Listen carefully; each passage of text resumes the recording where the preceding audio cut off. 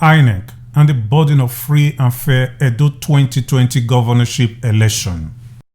We have come to the high point of the electioneering process, the heart of the matter, and so we must speak truth to issues. We must tell ourselves the truth if we are to find truth at the end of the process.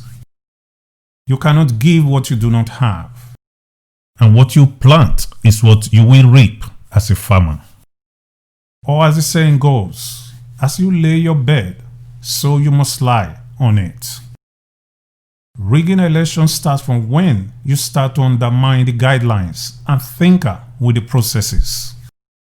Without wasting time, let us go straight and touch on some of the fundamental issues that INEC has been grappling with in past elections and that they must now surpass to be able to say they have conducted a credible election that can be adjudged to be free and fair.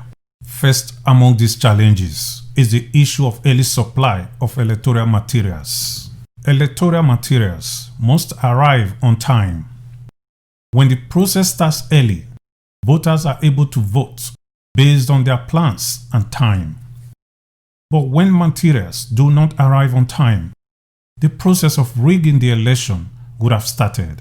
The consequence is that a lot of people will not be able to vote because they would have gone home. INEC will be blamed if late arrival of materials is used to undermine the credible process of the election. Another challenging factor that has been used to rig election in Nigeria is the issue of card reader. Card reader should be of good quality. The reliability and performance should be grade A. Card readers should be tested before the day of the election. This is to ensure that the quality is up to standard and that the reliability and performance is top-notch. However, provision should be put in place to ensure that where the card reader fails, incident forms are deployed immediately. The issue of incident forms.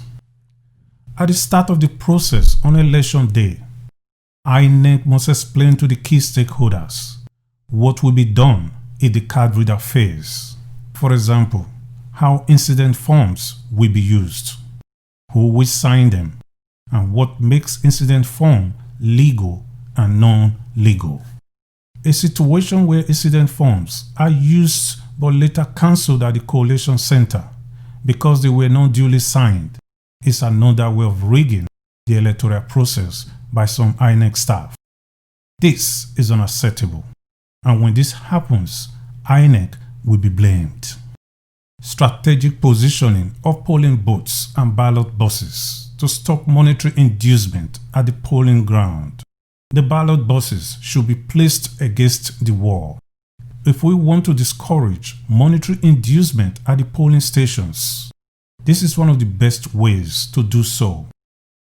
Position the polling booths and the ballot boxes in such a way that when you finish voting, you come out from the polling booths backing the people to drop your ballot paper inside the ballot box.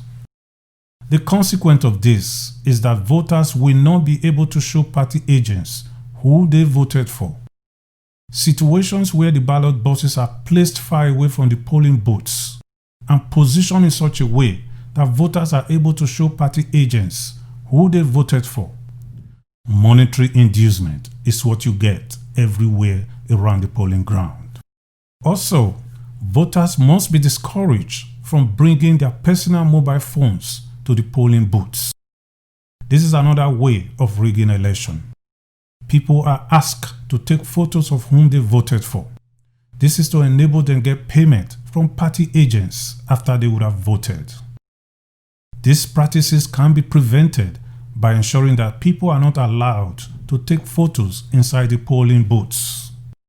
When these two observations are tackled, the issue of monetary inducement around the polling ground will be reduced drastically.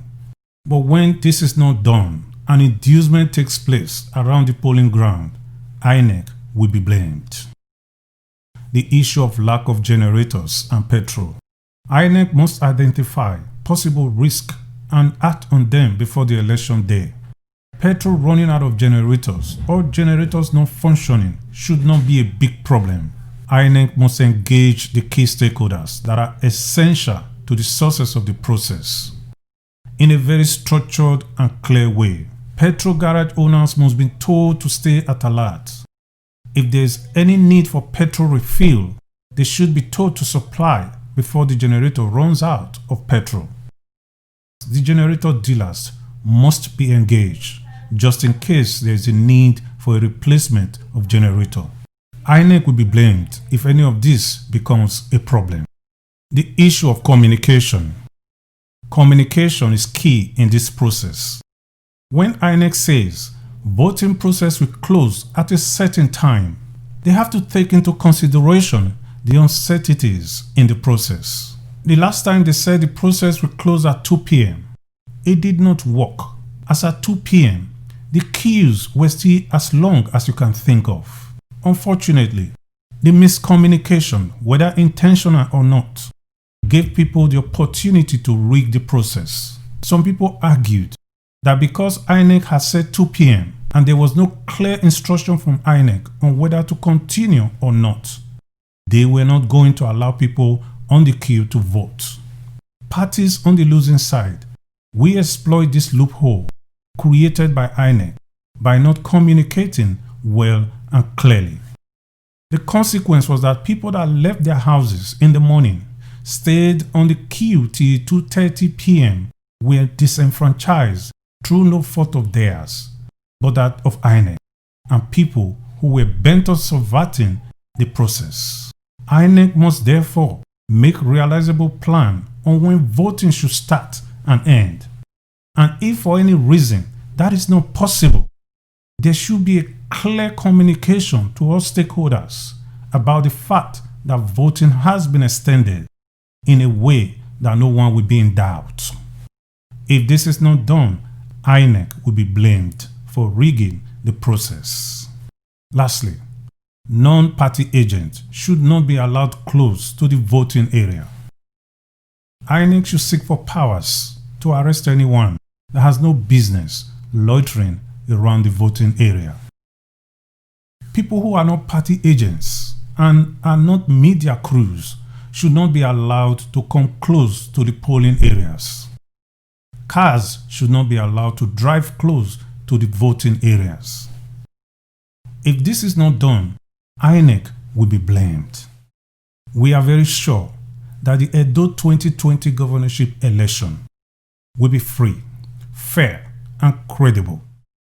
If these issues and others identified are taken into consideration and acted upon as soon as possible, these are observations that we have noticed over a long period of observing elections in Nigeria, and they have been hindrances to conducting a free and fair election in Nigeria.